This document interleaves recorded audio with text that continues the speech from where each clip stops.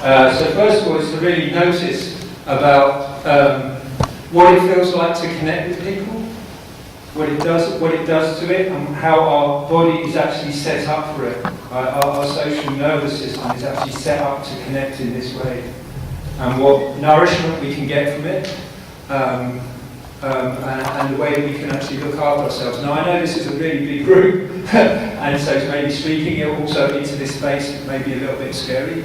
But I would really appreciate, and I think for to hear some feedback about the questions, because this is a way of also hearing different people's different views and receiving them, to learn how to receive those views and notice what happens. So this is still all within the context of mindfulness. You know, even as I'm standing up now, and you know how you feel about that, just notice what it does to your body, and can you stay open and receptive to that? Just as much as I need, in order for me to do this right now, I also have to stay open and receptive. Yeah, because partly my mind says this is not the right thing to do. Yeah, and so then I have to work with that. Yeah, so it's good.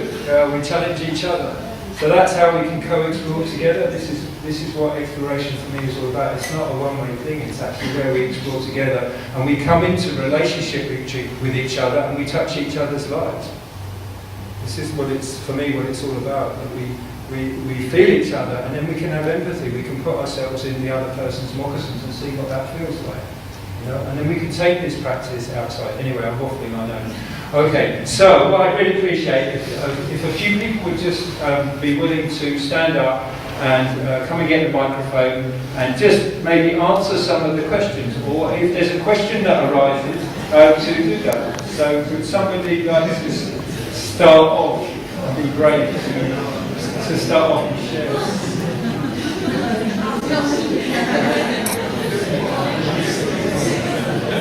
I'm going to go straight to the second one because that intrigued us. Who's in charge of your life?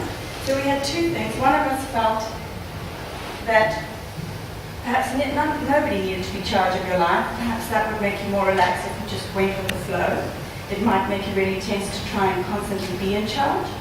And somebody else felt that they were in charge because that gave them the freedom, because if they were aware of what they were thinking, then they would be able to deal with it because they could understand where they were. Thank you. Okay. Yeah. So we were probably more intrigued with the first one, what is freedom? We had a couple of different answers. Yes, free from expectations from others, so having no expectations on you is freedom. Okay. Free from not blaming others for your actions or decisions, so taking responsibility, and I guess making your own decisions, being able to be yourself in a situation and not being controlled or being given rules or having any sort of limitations. So that's what we thought freedom was. Thank you. Thank you. Somebody else like to come up and share? Thank you very much. Freedom was that I notice we tend to be conditioned by our parents, by school, by our culture, even by the history of the human race, and that conditioning has led to an acceptance of a lot of negative things in the world. And one of the things that, some of the things like war, which has been happening constantly in various parts of the world, slavery, it's more slavery now than the days of slavery, the meat industry and other dairy, egg industries, which cause an incredible amount of suffering, not only to the animals involved, but to people from the starvation it's caused, and to future generations from the environment diminishing.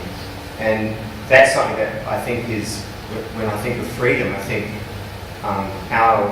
if we can get past that conditioning, then we're truly free. Then we can change the world, then we can create an environment, and that's what truly for me personally. Thank you. Somebody else? What is freedom for me is a space between who is changing your life, what is you, and what is the standard between you and the complete happiness. And forgive. And what you're grateful for, suffering. somebody else like to come up and suffer?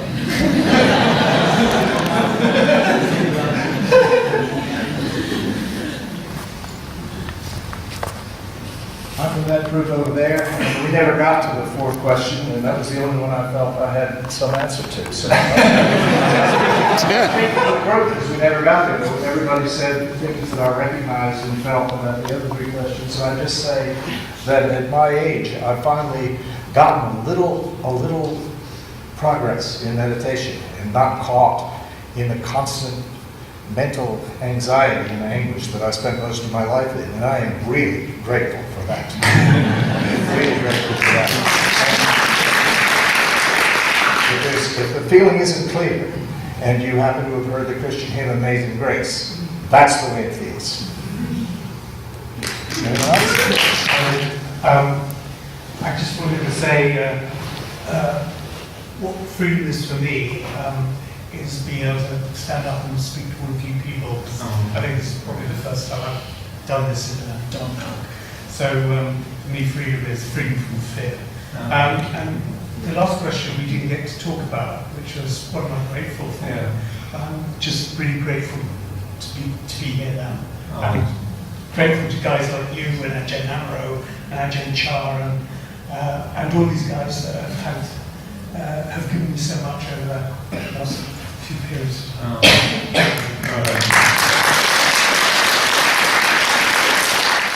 Okay, so I'm aware of the time, and I'm aware that that's a very grateful way of finishing. So, well, I think doing this microphone. So, thank you. So, just really notice what happens when we connect. When we connect in this way and what it does to our hearts. You know, it can bring up fear, you know, and but the word fear has a big F in front of it, and the word ear, it means please listen. So we can listen to our fears, and then we can be free of them. That's what you did, you know, that's what all of you have done. You're brave enough to engage in this way. And then what am I saying? I'm really asking you just to, and encouraging you to question everything. Don't stop until you've found what freedom is. Do not stop. Whatever you think freedom is, keep going through it until you really find out what that is where peace is. You know, and everything else is supportive to that. You know, we need you know, to look after our families and have an income. All these types of things are really important things, and we can do that on a conventional level. But the purpose is to find freedom. You know, and this is why this is just another way of doing it, to inquire together and see what people say, see what your reaction is, yeah, and then let that all go and trust yourself. Just, I can't say it enough. Trust yourself. That's all in my training as a monk. That's all I heard for 10 years constantly. Trust yourself, Dhammaloka. Trust yourself. Then you mess up. Trust yourself. You know, there's no problems with it. That's where we can learn. So, you know, again, I really appreciate this. This was an experiment, but it's really this is really important for me because of the relational aspects of who we are. And I hope this is an encouragement that you can take it outside and you can apply this. Yeah, apply it in the same way that you've done here. Yeah, rest in your breath in your body. Be present with somebody. Say, I see you. You know, and they might say, I'm here. And if they don't, you can say internally to yourself. Yeah, offer them that, and then see what happens. It's really, I found it's really amazing what can happen by your just willingness to be present with people. So, what I'd like to do, because we've interacted, I'd just like to finish with 1 minute of just meditation. Okay, so just make yourself comfortable. You don't have to get in a specific position. Just be comfortable.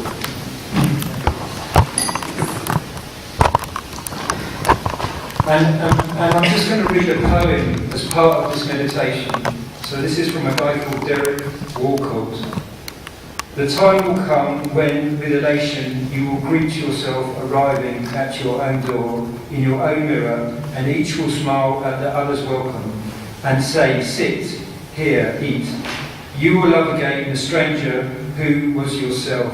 Give wine, give bread, give back your heart to itself, to the stranger who has loved you all your life, whom you ignored for another, who knows you by heart. Take down the love letters from the bookshelf the photographs, the desperate notes.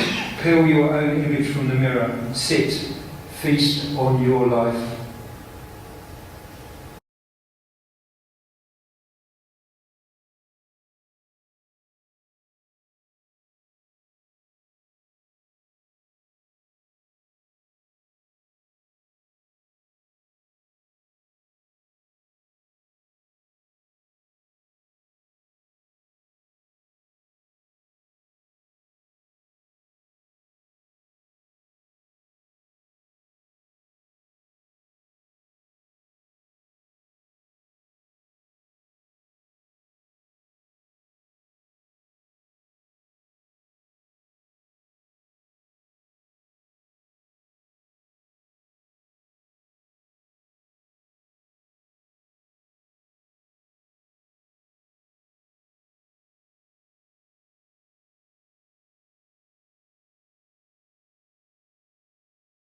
Thank you for coming this evening. I really appreciate your willingness and your attention and your honesty, and have a very safe trip back home.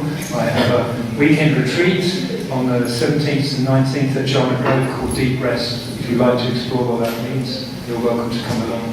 Have a good evening. Thank you.